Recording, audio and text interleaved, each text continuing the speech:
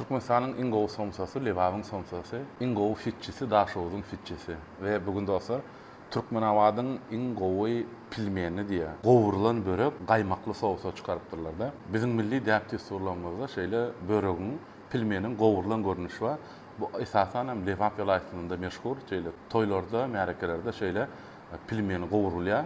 Gelen mehmanlara nahar hokmunda, zakuska hokmunda şeýle saçagy goýulýar. Dostlar gowurulan börek özüm şeýle gaýmakly sowusda. Meniň şunu çyryk gören iň gowy böregim. Türkmenawat şäheri Gurman restoran. Gurman restoran edil daşa ýurtlarda akýaly.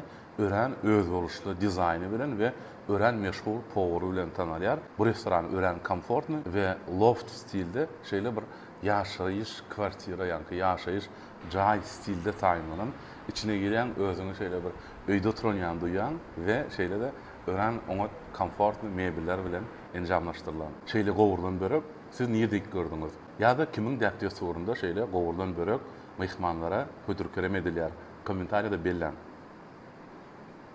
Gurman restorana giren wadyna dostlar şeýle kumus berilýär ekende. Bulam kumus araplaryň iň meşhur, iň gowy diýen tagamlarynyň birisi.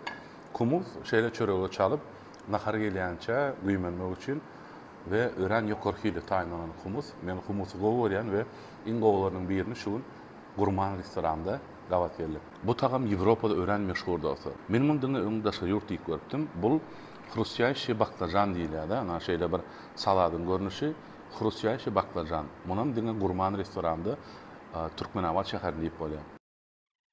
Aslında meniň etlerim gowurýan zatlaryň birisi baklajan bilen kömelek. Ana baklajany iň gowy şekilde taýynlanan ýerleriň biri şol Хрустящий baklajan diýilen salady.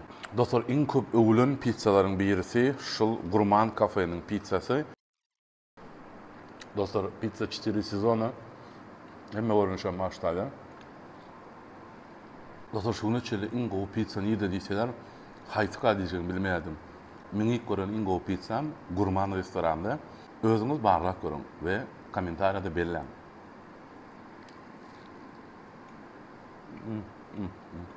Lewaba gelseňiz, Hökman gelip görün.